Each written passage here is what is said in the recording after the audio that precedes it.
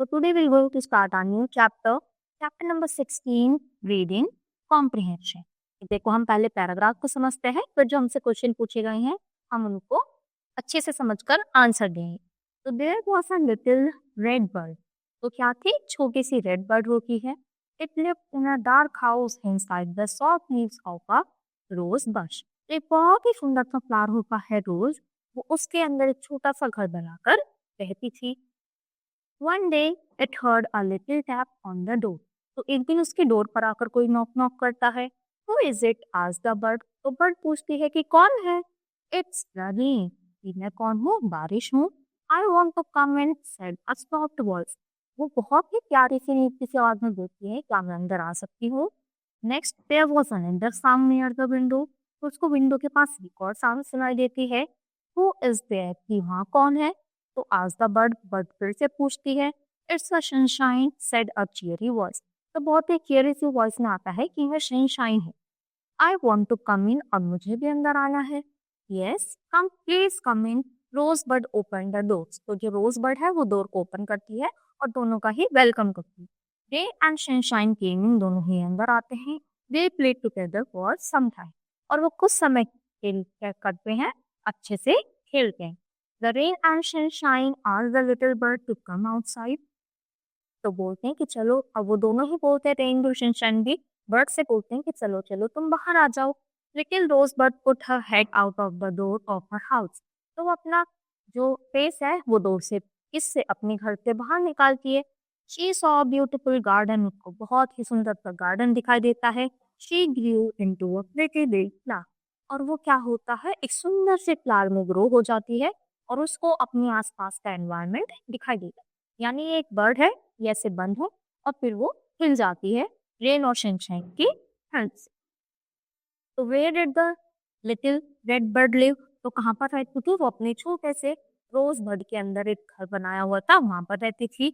Who wanted to come इन, कौन अंदर आना चाहता था? तो रेन भी आना चाहती थी और सनशाइन भी. सॉफ्ट वॉइस किसकी थी? रेन की. और चेयरी वॉइस थी सनशाइन की. What did the rain and sunshine do with the little bird? उन्होंने उन दोनों के साथ क्या किया? उन दोनों ने बर्ड के साथ मिलकर वो सब लोग अच्छे फ्रेंड्स बन गए और उन्होंने एक साथ खेला. यानी उन्होंने क्या करा? They were playing. अब हमारा नेक्स्ट कॉम्पोजिशन आता है. Once a fox, not seeing where he was going, fell into a well. एक बार fox आ रही थी और उसको ये नहीं पता चलता कि मैं कहाँ जा रही हूँ, और जाती जाती एकदम कुएं में गिर जाती है.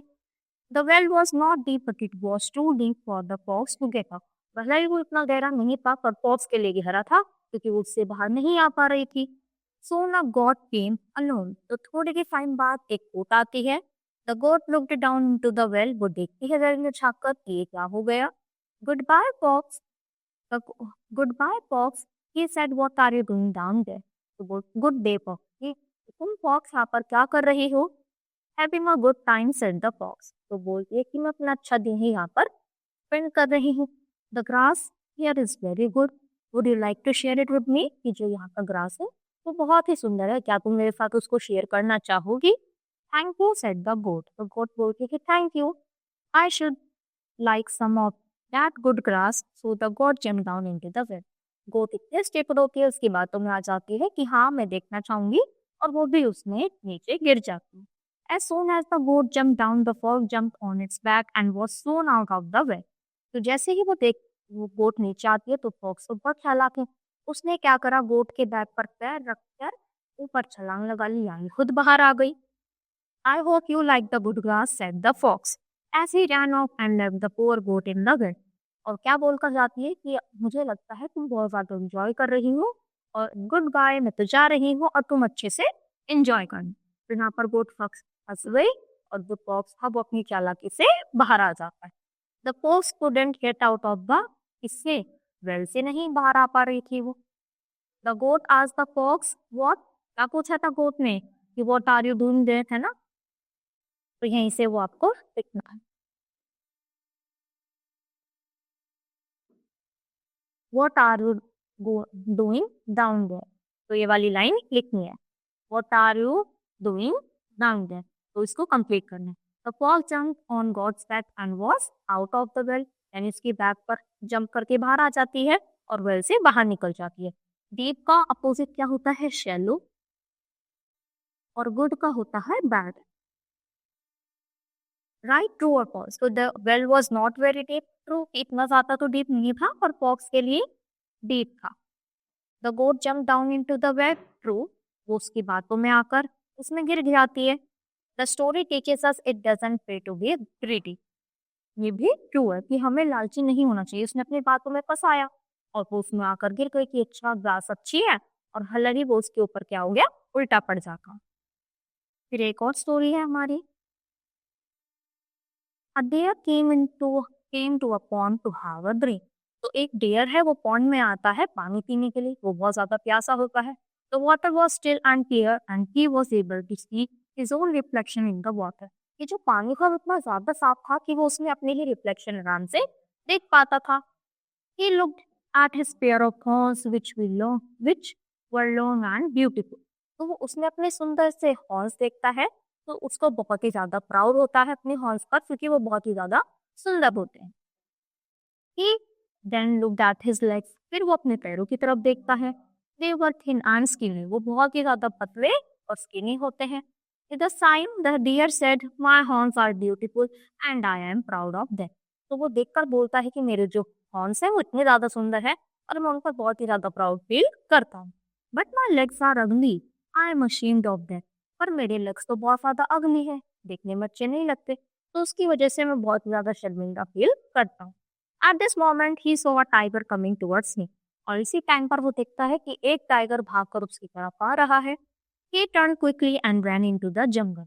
वो फटाफट उसको देखकर अपने आप को बचाने की कोशिश करता है और जंगल की साइड भागने लगता है। His fast legs carried him farther and farther away from the tiger. तो जो उसके लेग्स थे वो बहुत तेज भागता है और अपने आप को बचाने की कोशिश करता है। While running, his horns got stuck at some low branches of tree. वो भागता है तो जो उसके हॉर्न्स होते हैं जिसपे वो प्राउड फील करता है, वो कहीं पर जाकर अटक जाते हैं।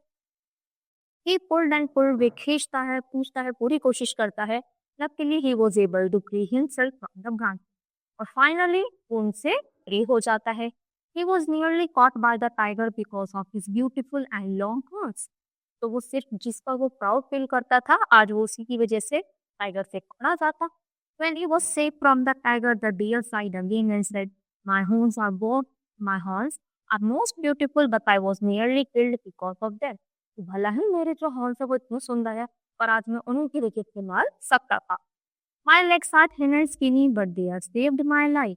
भला ही जो मेरे लेग्स हैं वो थिन और स्किनी है, पर आज इन्होंने मेरी लाइफ बचाई। उन्हीं की वजह से मैं आज बच पाया हूँ। तो जिस चीज को वो अगली और अशेम्ड फील करता था, आज मुझे उसी की वजह से वो आज बच पाया है। तो what did the deer see in the water? उसको क्या दिखाई देता है? ओन रिफ्लेक्शन, खुद की ही रिफ्लेक्शन दिखाई देती है। उसके हॉर्न्स कैसे थे? बहुत ही ज्यादा beautiful. Why did he not like his legs? Because they were skinny and thin. What helped him to run away from the tiger?